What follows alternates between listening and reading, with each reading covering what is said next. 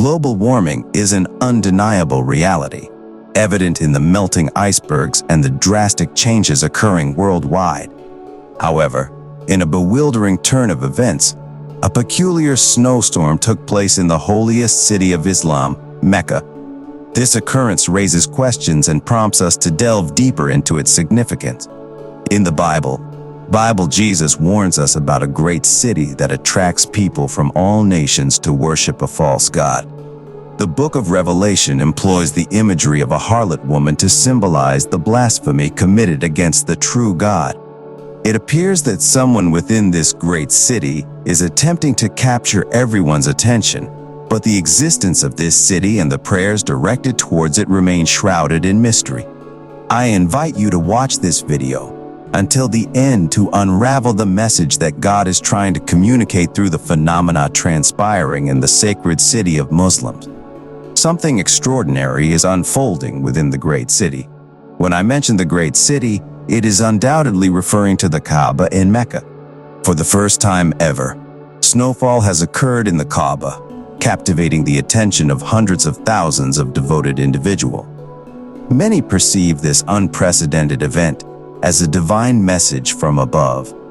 According to the Bible, snow holds symbolic meaning associated with the forgiveness of sins. In Psalm 51:7, it states, "Cleanse me with hyssop, and I will be clean. Wash me, and I will be whiter than snow." Similarly, in Isaiah, it proclaims, "Come now, let us settle the matter, says the Lord. Though your sins are like scarlet, they shall be as white as snow. Though they are red as crimson, they shall be like wool." These verses highlight the significance of snow as a representation of the cleansing and forgiveness of sins. The scriptures also warn us about false prophets and their detrimental impact on society. In Deuteronomy 18:20, God cautions that false prophets who speak in His name without His commandment or claim to speak for other gods shall face dire consequences. Moreover, Peter elucidates in Peter that false prophets have arisen in the past and will continue to emerge, disseminating destructive heresies and denying the Lord who redeemed them. Within the Kaaba lies a cornerstone known as the Black Stone, a marvelous object left by God for humanity's contemplation. However, it is important to recognize that Satan often imitates Christ, and a counterfeit cornerstone has been placed there as well. Nevertheless, Jesus, being omniscient, possesses the knowledge of what lies within the Kaaba. Through prophetic revelations detailed in the book of Revelation, He unveils the truth about Allah, the deity of the Quran, who is actually confined within the black stone of the Kaaba. In these prophetic revelations, Jesus discloses that the false prophet, none other than Muhammad himself, will establish a deceptive representation of a beast, leading people astray. Revelation 13:14 predicts that the inhabitants of the earth will be deceived and commanded to worship the image associated with the beast.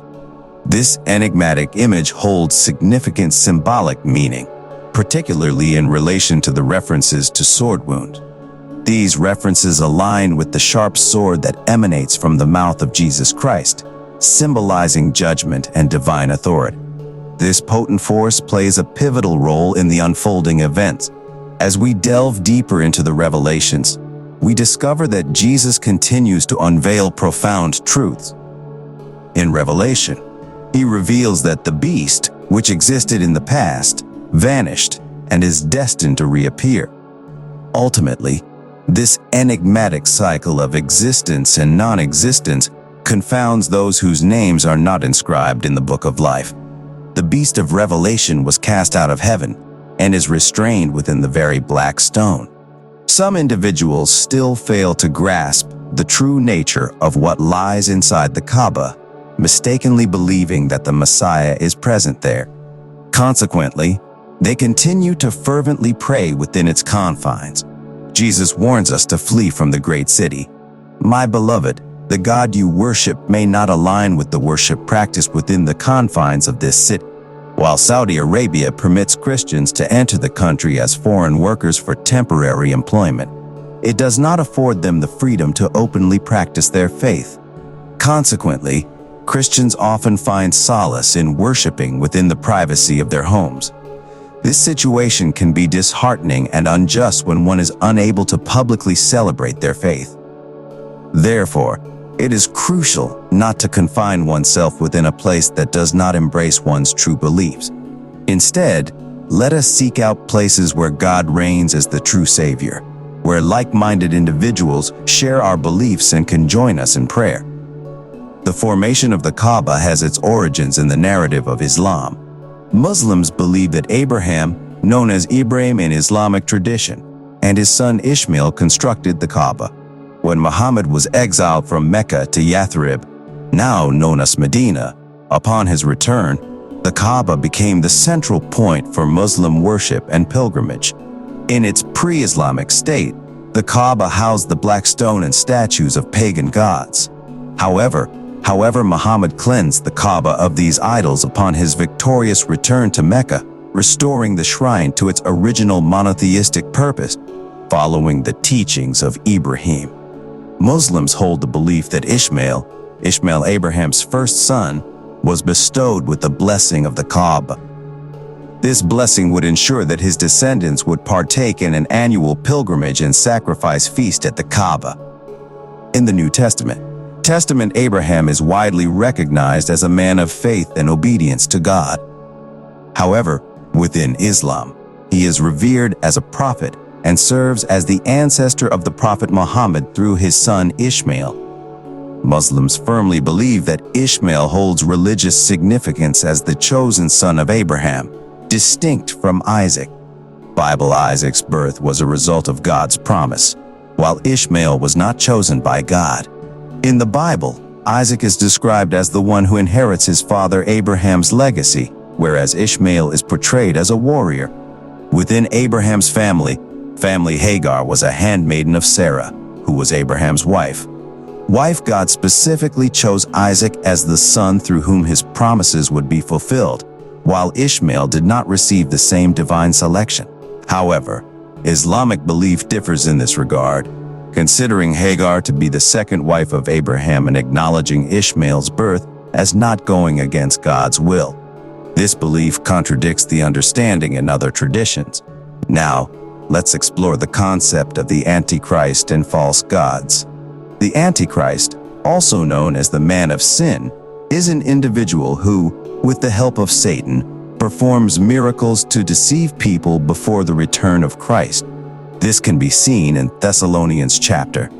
God reveals these signs to send a message to people, cautioning them to be careful when humbly praying somewhere, as the person they may be praying to could be a false god or the Antichrist. The Antichrist or false god is a person who emerges during a period of injustice preceding the end of the world. This individual causes corruption and oppression to sweep over the earth for a duration of either 40 days or 40 years. One of the major signs of the Day of Judgment is the appearance of the Antichrist. He deceives many with false miracles and teachings, initially claiming to be Jesus and later declaring himself to be God. He travels the world, persuading people to follow him and tempting them with promises of food, riches, and an end to their suffering. God allows him to perform miracles as a test for humanity. These miracles include raising the dead, splitting people in two halves, and then reuniting them to become alive again. The Antichrist also possesses the ability to bring forth the earth's riches and provide an abundance of food and sustenance to entice people to follow him. However, a clear sign that he is not truly God is his inability to heal his own bodily deformities. He sends his army to fight against those who do not believe in him. False gods are individuals who claim to speak on behalf of God, but have their own agendas. Jesus warned his disciples to be cautious of such people. Jesus not only alerted his followers to the dangers of false gods, but also provided them with instructions on how to recognize these charlatans. False gods are highly dangerous because they mislead people and lead them astray from the true path. When Jesus encountered people who were seeking truth or were misguided, he responded with compassion, patience, and gentleness. However, when dealing with religious hypocrites and false teachers, teachers, Jesus responded with righteous fury and bold conviction. God reveals the signs of the Antichrist to keep people alert and vigilant, urging them not to be deceived by false signs and false temples. However, it is essential to note that God does not want people to be constantly fixated on searching for the Antichrist, as this can lead to exhaustion and instability. Instead, individuals should focus on God, seeking His guidance and allowing His light to illuminate their path. It is crucial to pray diligently, asking for discernment and preparing our hearts to welcome Christ's return. At present, something restrains the rise of the Antichrist to power.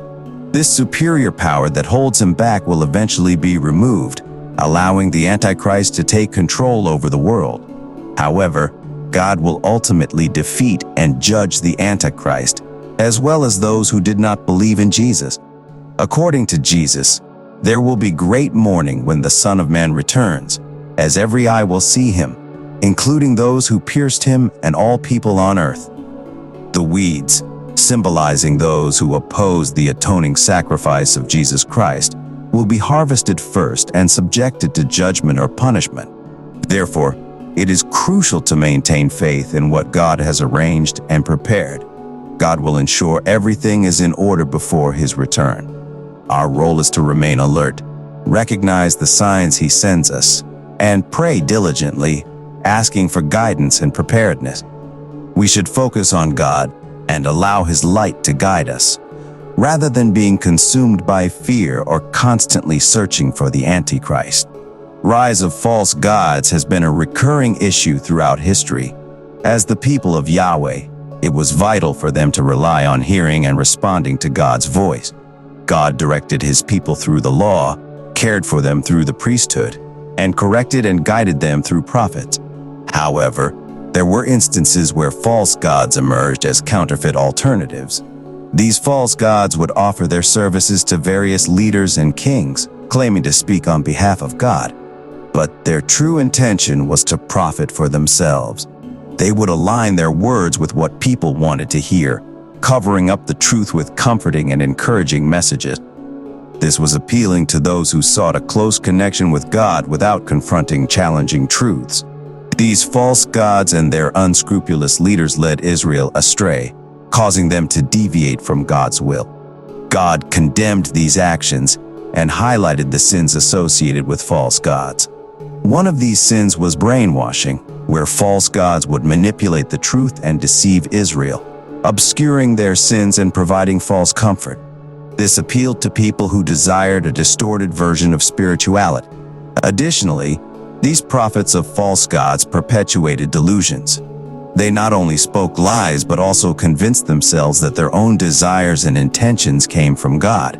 This self-deception further misled the nation of Israel and led them away from the true path. The prevalence of lies was another characteristic associated with false gods. These prophets would fabricate falsehoods, presenting them as divine messages. Their motivation was often driven by personal gain and their own agendas, rather than seeking genuine guidance from God. God's condemnation of false gods and their prophets emphasizes the importance of discernment and staying true to the teachings of the true God. Throughout history, false gods have been a constant threat, leading people astray and distorting the path of righteousness. It is crucial to remain vigilant and rely on God's wisdom to discern the truth from deception. The birth of Isaac according to God's promise, in contrast to Ishmael, highlights God's divine selection and the fulfillment of His promises. The concept of the Antichrist and false gods warns against deception and encourages discernment. False gods and their prophets have historically misled people, offering distorted versions of spirituality and leading them away from God's will. It is essential to stay alert, recognize the signs God sends, and focus on Him, seeking His guidance and light. By remaining faithful and prepared, we can navigate the rise of false gods and await the glorious return of Jesus Christ. In the realm of prophecy, accuracy and truth hold immense significance. God does not tolerate falsehood when it comes to His prophets. Any attribution of words or actions to God that are not true is considered lying. False prophets, who gained popularity by delivering feel-good prophecies, posed a threat to the legitimate messengers of God. However, it is crucial to understand that God is not a vindictive deity waiting to hurl thunderbolts at humanity. His desire to safeguard his holiness should be balanced with his innate desire to show mercy. The Bible and the teachings of Jesus emphasize God's love, grace, and mercy. In this video, we will delve into the importance of understanding God's nature and preparing for Christ's second coming. False gods are not limited to the external world. They can also manifest within our own imaginations.